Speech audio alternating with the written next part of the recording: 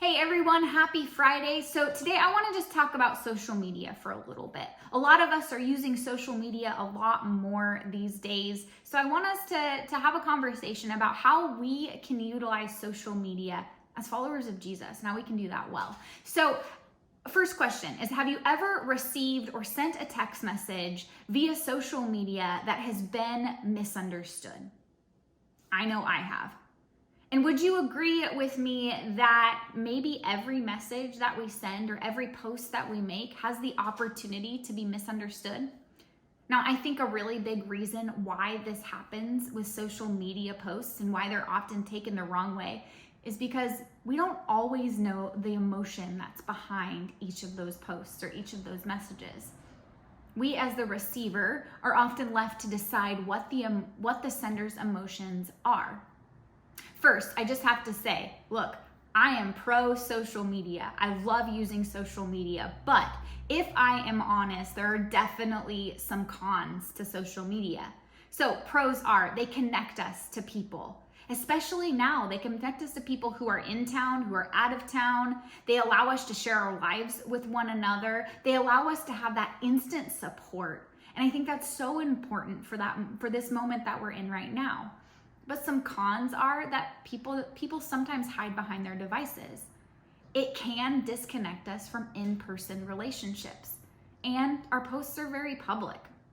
So we're gonna go through 8 questions that kind of help us follow Jesus a little bit better as we're on social media. So I want you guys to think about these 8 questions. Which one of them are you doing really well, and which are you maybe needing a little bit of help on and you need to work on a little bit?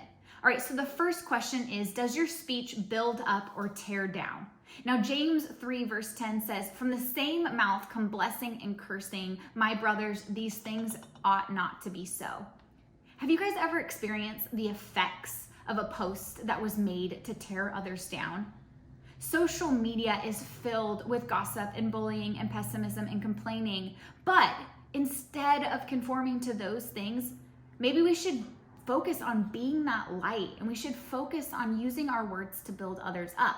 I really think that's more important. Question number 2, do other people see the light of Christ in you with your post, with what you're posting?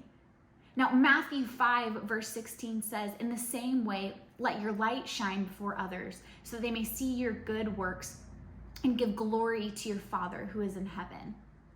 So your question is, how do each of your posts point other people to Jesus?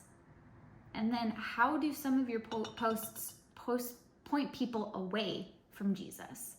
We have this unique opportunity through social media to let our light shine before other people so that they see the hope that we have in Jesus. And right now, people need hope.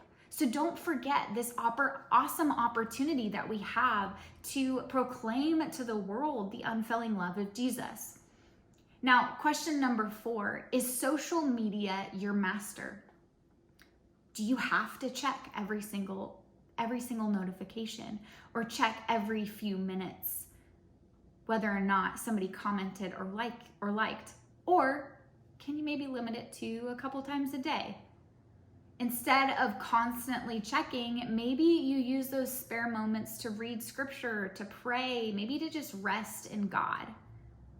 The next question is, do you use social media as a platform to complain? Look, some people turn to social media to complain. We've all done it, but scripture reminds us that we need to give thanks in every single circumstance. So what characterizes your social media posts? Is it thankfulness or is it complaining? We need to think about that. The next question is, do you use social media for unprofitable arguments? I like this proverb. Proverbs 18 verse 2 says, a fool takes no pleasure in understanding, but only in expressing his opinion. There's no shortage of social media arguments. From politics to sports to religion to you name it, people will go on social media and argue about it.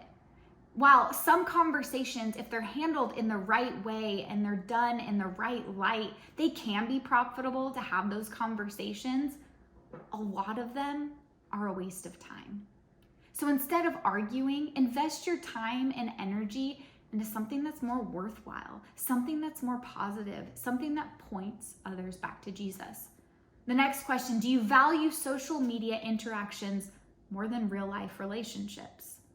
Look, God made us for relationships. Hebrews 10 states, and let us consider how to stir one another up to love and good works, not neglecting to meet together, as is the habit of some, but encouraging one another all the more as you see the day drawing near. So my encouragement to you guys is to invest in real relationships by having meaningful conversations.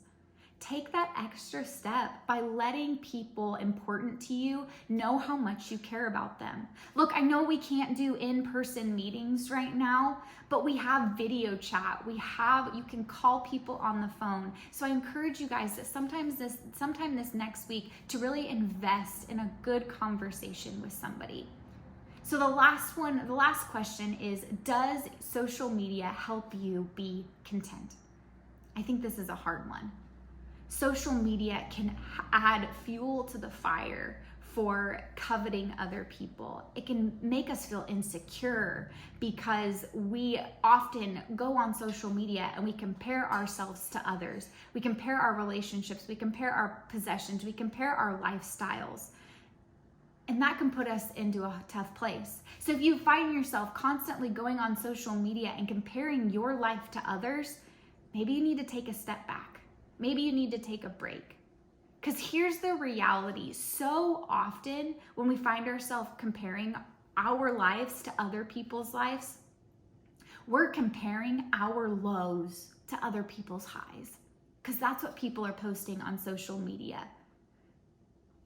We're often comparing our other people's highlights to our behind the scenes stuff. So think about that as you start comparing on social media, to be content with who you are, with where God has you, and with what He's given you. So what do you think of these 8 questions? Which of them are easy for you to follow? Which are harder? We want to hear from you, so make sure you comment. And if you have any prayers or praises, let us know. We want to be praying for you.